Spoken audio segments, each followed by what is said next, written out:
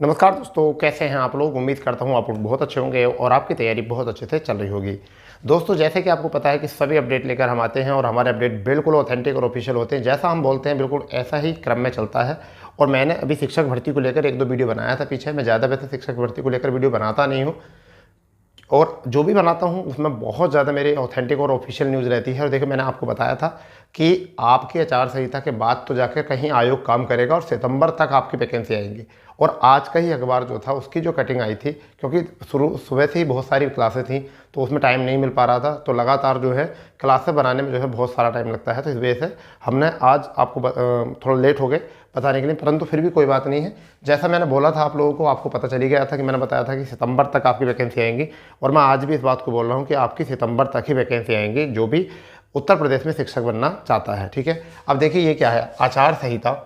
अगर हम यहाँ पे शुरू करते हैं एक सेकेंड। हाँ जी भैया, देखिए यहाँ लिखा हुआ है आपका। देखिए, आचार संहिता खत्म होने के बाद भर्ती की तैयारी में आयोग। तो भर्ती की तैयारी में क्या हो चुका है, आयोग हो चुका है। शिक्षा सेवा चयन आयोग की पहली बैठक, पद वितरण, अन्य प्रक्रिया पूरी करने के निर्देश। यानी कि अभी शिक्षा आयोग बना है, शिक्षा सेवा चयन आयोग बना है, अभी उस पर क्या क्या काम होना है। पहली बैठक होगी, पद वितरण होंगे, कौन किसे क्या क्या पद मिलेगा, अन्य प्रक्रिया पूरी करने के निर्देश दे दिए गए हैं। तो अभी कह रहा हूँ आचार संहिता में ये काम अभी चल रहा है। ठीक है, ये चलेगा अभी। और इसके बाद जो है जैसे आचार संहिता खत्म होगी और उसके बाद तुरंत जो है आपका जो है भर्ती प्रक्रिया पर काम शुरू हो जाएगा। और भर्ती प्रक्रिया पर शुरू होने के बाद नोटिफिकेशन बनेगा, उसकी नियमावली बनेगी, तब जाकर वह आपकी सितंबर तक आपकी वैकेंसी आएगी। मैंने जो बताया था, आप मेरी वीडियो उठा के देख लीजिए, कोई भी वीडियो उठा के देख लीजिए जो मेरी शिक्षक भर्ती की, मैंने उसमें सितंबर ही बताया था आप लोगों को। तो देखिए, प्रयागराज से है, उत्तर प्रदेश शिक्षा सेवा चयन आयोग में आचार संहिता खत्म होते ही भर्ती प्रक्रिया शुरू करने की तैयारी है। आयोग के गठन के बाद अफसरों की बृहस्पतिवार को पहली बैठक में पदों के वितरण तैयार करने के साथ अन्य प्रक्रिया पर चर्चा हुई। बैठक में 4 सदस्य भी मौजूद रहे। कार्यवाहक अध्यक्ष, प्रमुख सचिव उच्च शिक्षा MP अग्रवाल और 12 सदस्यों की जल्द बैठक होने के बाद कही जा रही है। ठीक है, उसमें आयोग की ओर से निर्णय लिया जाएगा।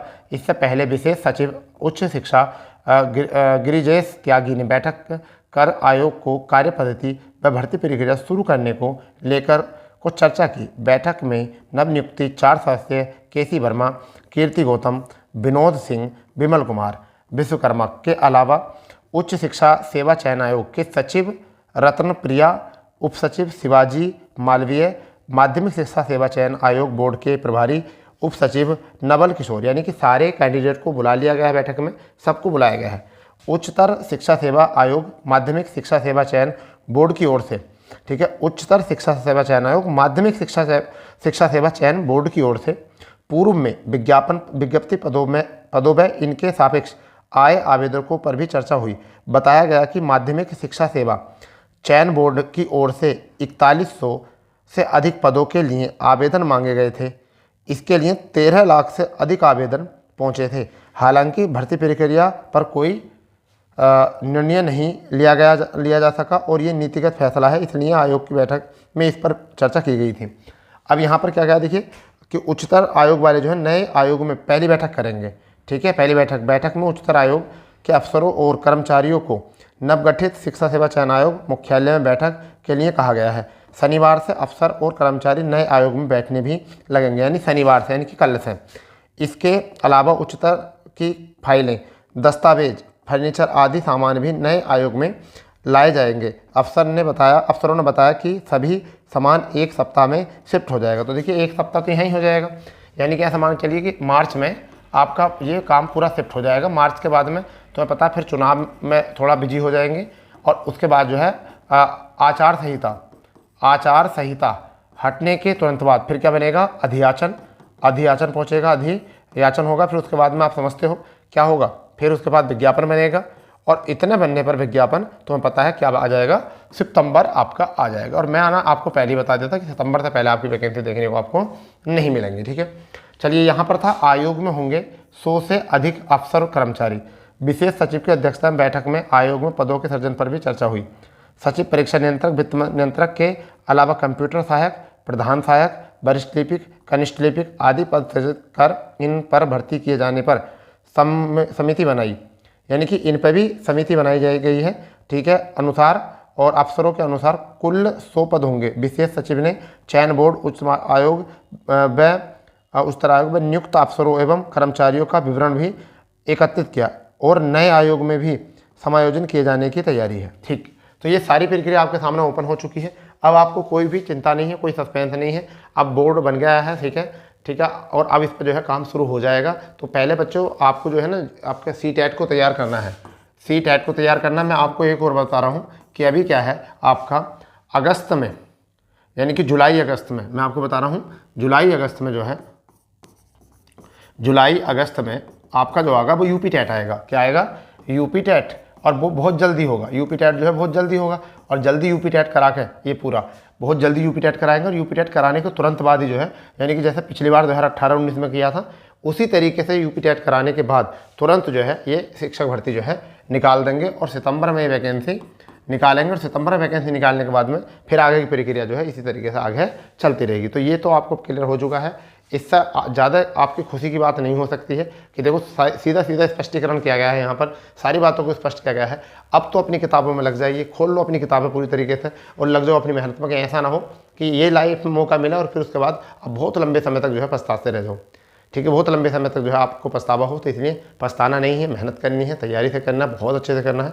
ठीक है, बिल्कुल टेंशन नहीं लेनी है। और अभी जो है आपके पास समय भी है।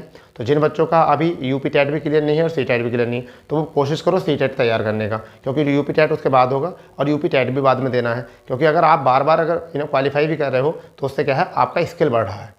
ठीक है, आपको उसमें एग्जाम में हेल्प मिलेगी उस चीज़ की, आपका कॉन्फिडेंस लेवल बढ़ेगा उससे।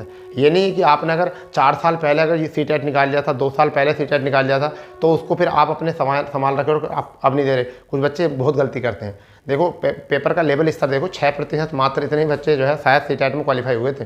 ठीक है, फिर कुछ 9% हुए थे। अगर हम ओवरऑल प्रेजेंटेशन निकालें तो जो प्रेजेंट हुए थे उनसे अगर निकालें तो 9% या वैसे 6% बच्चे जो है लगभग इतने पास हुए। तो ये तो है स्किल, अगर पेपर ठीक ठाक से बनकर आ गया तो भाई अपनी तैयारी लगातार करते रहिए।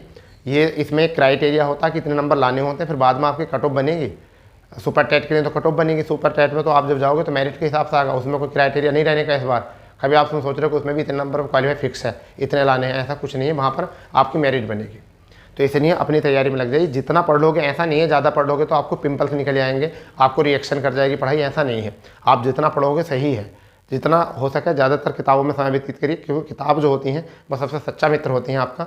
और कोशिश ये करो कि ज़्यादा से ज़्यादा चीज़ों को रिवाइज कीजिए। जो चीज़ें हमारी पहले गलत हुई थी उन चीज़ों को एक बार और करिए रिवाइज, और उनको इस तरीके से कर लीजिए कि बाद में वो चीज़ें गलत ही ना हो, कन्फ्यूजन ना हो। क्यों? क्योंकि अब सितंबर तक आपको इंतजार करना है। सितंबर के बाद ही आपकी भर्ती प्रक्रिया होगी, सितंबर आपका आ जाएगा। जब आपने इतना वेट कर लिया है तो सितंबर तक आप और वेट कर लीजिए। ऐसी ऐसी खबरें आपकी जो है आती रहेंगी बीच बीच में, जिससे कि आप अपनी पढ़ाई निरंतर करते रहें। आयोग भी जो भी काम करेगा तो अपना जो है लगेगा बच्चों को कि हाँ आयोग काम कर रहा है। ठीक है बच्चा, तो मैं तो आपसे यही कहूँगा कि अगर जैसे भी कोई जानकारी मिलेगी हम आपको अवगत कराएंगे। जिन लोगों ने चैनल को सब्सक्राइब नहीं किया वो चैनल को सब्सक्राइब कर लेंगे, बेल आइकन कर देंगे। ठीक है, और बहुत जल्दी से जो है बहुत जल्द से जल्द अपनी मतलब तैयारी में लग जाइए। ठीक है बच्चा, तो मिलते हैं नए अपडेट के साथ। जब तक के लिए जय हिंद, जय भारत, वंदे मातरम।